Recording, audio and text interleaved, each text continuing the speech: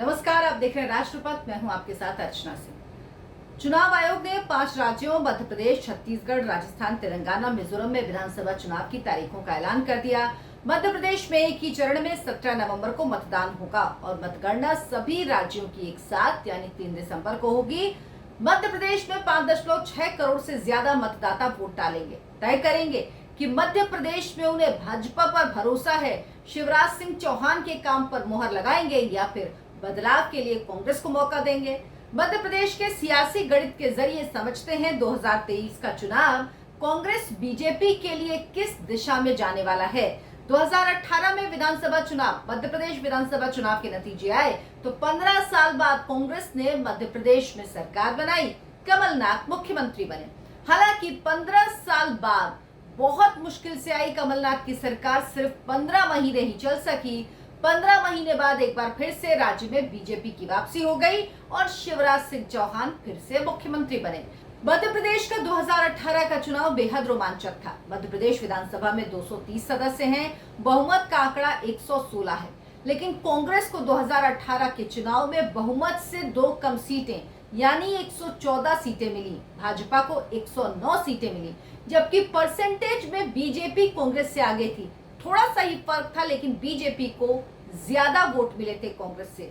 BJP को 41% vote मिला था, वहीं कांग्रेस को 40.5% वोट मिला था। पर ज्यादा वोट मिलने के बाद भी बीजेपी सरकार नहीं बना पाई और 2018 में बीएसपी को 2 और अन्य को 5 सीटें मिली थी। कांग्रेस ने बीएसपी एसपी के साथ मिलकर यानी बहुजन समाज पार्टी और समाजवादी पार्टी के साथ मिलकर सरकार बना ली, क्योंकि 2 ही विधायकों की उन्हें जरूरत थी। और इस तरह मध्य प्रदेश में 15 साल बाद कमलनाथ के नेतृत्व में कांग्रेस की सरकार एक बार फिर बनी और कमलनाथ मुख्यमंत्री बने। दिसंबर 2018 से मार्च 2020 तक कांग्रेस ने सरकार चलाई, लेकिन इस दौरान उनकी अपनी ही पार्टी के नेताओं की तरफ से चुनौतियां लगातार मिलती रहीं। दबाव डाला जाता रहा कमलनाथ सरकार पर कि वादे पूरे कीजिए, और वादे पूरे न करने का आरोप बीजेपी ने नहीं, उनकी ही अपनी पार्टी के नेताओं ने लगाया। दबाव बनाती रही सरकार पर कि वादे पूरे कीजिए, लेकिन 15 महीने पूरे होते होते कमलनाथ सरकार की विदाई की कहानी लिखी जा चुकी थी। इसकी शुरुआत गुरुग्राम के एक होटल से हुई। 2 और 3 मार्च की रात अचानक मध्य प्रदेश के कई विधायक गुरुग्राम के एक होटल में इकट्ठा हुए और पटकथा के सच होने का, ये कह लीजिए फिल्म के रिलीज होने पर शक तब यकीन में बदल गया जब इसी होटल में भाजपा के नरोत्तम मिश्रा, रामपाल सिंह और अरविंद भदौरिया भी दिखाई दिए।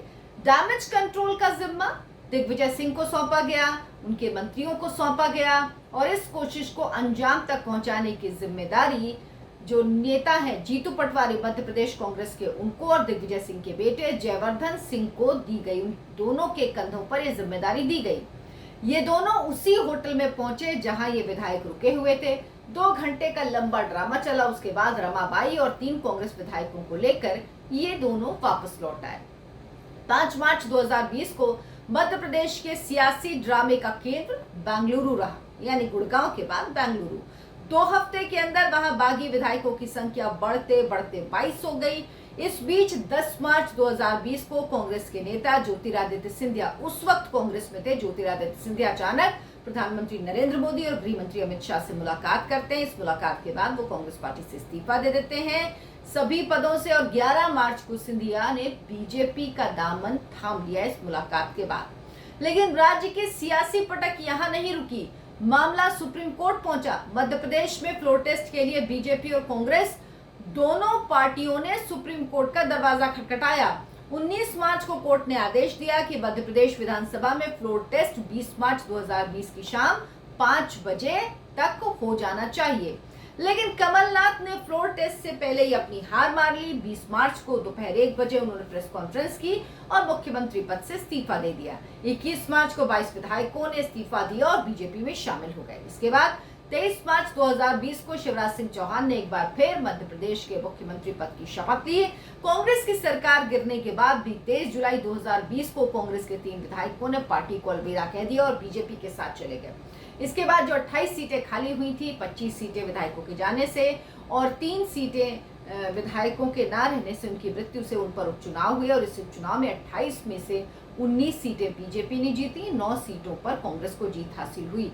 अभी 230 सदस्यीय विधानसभा की स्थिति ये है कि बीजेपी के 127 और कांग्रेस के 96 विधायक हैं। निर्दलीय और बीएसपी और समाजवादी पार्टी के भी एक एक विधायक हैं। तो अभी ये दशा है, अभी ये स्थिति है, लेकिन चुनाव आने वाले हैं और चुनाव में दोनों ही पक्ष, बीजेपी और कांग्रेस, पूरे जोर शोर से जुटी हुई है। कांग्रेस जो पहले दमखम के साथ चुनाव की तैयारियों में लगी थी मध्य प्रदेश की, वो ऐसा लग रहा है कि अब थोड़ा सा पिछड़ गई है। कांग्रेस पिछड़ी हुई नजर आ रही है और बीजेपी ने लीड ले ली है। और ये तय मानिए जो अभी तक की स्थितियां हैं, कह नहीं सकते, अभी चुनाव में वक्त है। 17 नवंबर को वोटिंग होगी, तब तक हालात ऐसे ही रहेंगे या बदलेंगे। लेकिन बीजेपी ने बाजी मार ली है। उसके बाद उसने अपने सांसदों को उतारा, अपने मंत्रियों को उतारा चुनाव में। ये एक बड़ा गेम चेंजर माना जा रहा है। मेरे इस वीडियो को लाइक करें, शेयर करें, चैनल को सब्सक्राइब जरूर करें। नमस्कार।